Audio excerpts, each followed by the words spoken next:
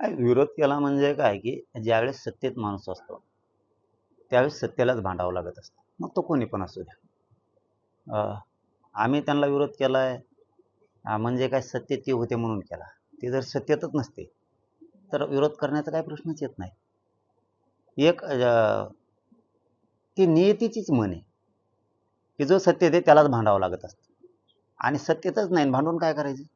त्यामुळं देणारे ते होते, त्यामुळं त्यांना भांडलो होतो आणि भांडणार सुद्धा. कारण माझ्या गोरगरीब मराठ्यांच्या लेकरांच्या आयुष्याचा प्रश्न आहे आरक्षणाचा. धनगर समाजाच्या गोरगरिबांच्या लेकराचा आयुष्याचा प्रश्न आहे आरक्षणाचा.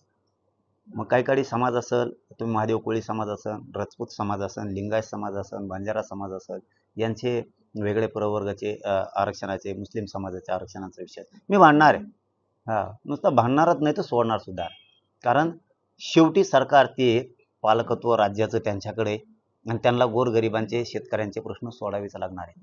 हे बघा, वैचारिक मतभेद वेगळे, राजकारणाचे मतभेद वेगळे, परंतु मराठ्यांच्या लेकराच्या आयुष्याचे प्रश्न आहेत, हे विषय वेगळा आहे. त्यामुळे सोडणार मी कोणालाच नाही, कोणी पण बसू दे. पाटील, उद्या त्यांची 5 तारीख ठरलेली आहे शपथविधी होणार आहे. शपथविधीची. तुमची आता उपोषणाची तारीख काय असणार?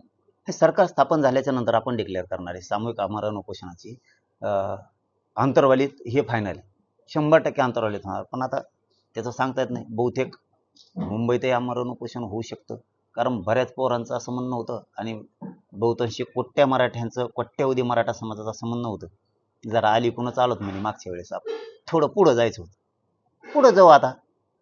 आझाद मैदानला उपोषण होऊ शकतं अशी शक्यता आहे, पण समाजाला विचारून ते काय व्हायचं होईल. पण फायनल सरकार स्थापन झाल्याच्या नंतर आंतरवाली सामूहिक उपोषण होणार आणि खूप भव्य दिव्य होणार. ते असं पुन्हा देशाने बघितलं नसेल. सोडणार नाही कोणाला मी आरक्षण घेतल्याशी.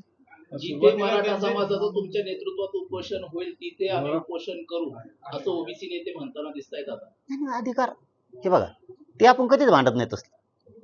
ज्याला त्याला अधिकार. मी आज बोललो हे शब्द पूर्वीपासून सांगतो, मी प्रत्येकाला अधिकार आहे.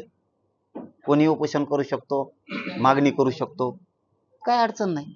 आणि आम्ही कधीच ओबीसी बांधवांना किंवा त्या समाजाला विरोधक मानलेला नाही, कधीच नाही. माझ्या तोंडातून आतापर्यंत ओबीसींना सामान्य एक वाईट शब्द गेले. नेते सोडित नाही मी आणि सोडणार बी नाही, कारण हे कोणाचेच नसते, त्यांचे नाही आमचे नाही. आणि आता जे स्वतःला ओबीसीचे नेते समजतायत ना, त्यांना तर पक्क ओळखीला आता ओबीसीने हे कशासाठी होते आणि काय मागणी केली आणि काय मागते.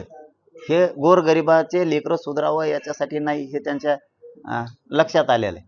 आणि आम्हाला विरोध काय 2-3च नेत्याचा आहे, 2-3च नेते तेवढेच. समाजाचा नाही ना, धनगर समाजाचा आम्हाला विरोध आहे, समाज म्हणलो आम्ही ना. आम्हाला छोट्या म्हणजे गोरगरीब सामान्य माळी समाजाचा आहे ना, आम्हाला 18 पगड जातींचा आहे ना, 12 बलुतेदारांचा आहे ना, ओबीसीचा. हे थोडेफार नेते ते असतात. आमचे आहेत ना 2-4, त्यांना काय नाव ठेवा. आज लेकराच्या बाजूने बोललं पाहिजे मराठ्याच्या लोकांना. गोरगरीब मराठ्यांच्या लेकराच्या बाजूने बोललं पाहिजे. पण आमचे 5-7 जण असे आहेत, ते आम्हालाच विरोध करतात. त्यांना आयुष्यात काय करता आलं नाही, समाजासाठी मी करतो.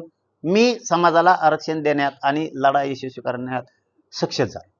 आणि मी काय खपाना भाऊ, त्यांना खपत नाही, पचत नाही, मायाच मागा लागलेत.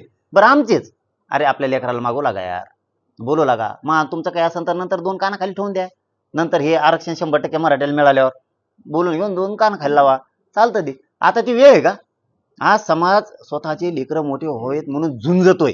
रिअल सांगतो ना दादा, हे मी पोटतडकीन शब्द सांगतो. आज मराठा समाज गाव खेड्यातला असा झुंजतोय भयानक की खूप ताकदीनं संघर्ष करतो आणि त्याची कशात बी तयारी. काल आम्ही तुळजापूर पंढरपूरला दर्शनाला गेलो होतो, ताकदीनं गोरगरीब बाहेर निघाला होता काल, आणि सांगितलं पण नव्हता आधी या म्हणून. अचानक 2 दिवस अगोदर दर्शन ठरलं आणि लोक आले. म्हणजे त्याचा अर्थ मला सांगायचा की लोक खूप पोट तिडकीनं संघर्ष करतात माझे गोरगरीब मराठी आपले लेकरं मोठे व्हावे. जे 4-5 जण आमच्यात बोलणार आहेत ना, त्यांना कमीत कमी हे तरी कळायला पाहिजे की जाऊ दे यार, आपण गोरगरीब लेकरं मोठे होते आणि आरक्षण मिळू. उभ्या आयुष्यात आपल्याला नाही करता आलं काही, आडू पाडण्यापेक्षा आपण लढू लागू. नसन लढायचं तर घरात बसू.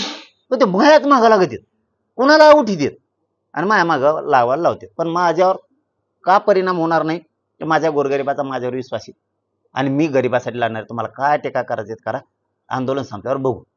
बघणार आहे, सोडणार नाही तुम्हाला.